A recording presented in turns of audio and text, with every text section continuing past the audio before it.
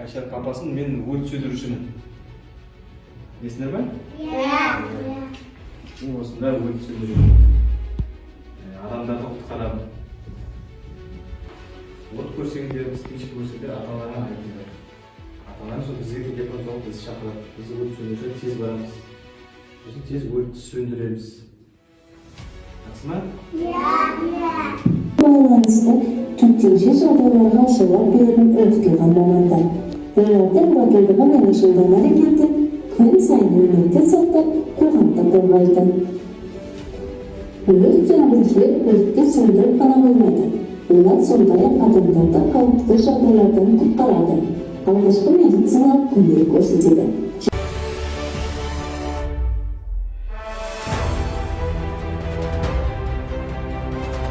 Өрт қауіпсіздігі. Бізбен ойнаға болмайды. Сіріңге зағып ойнаға.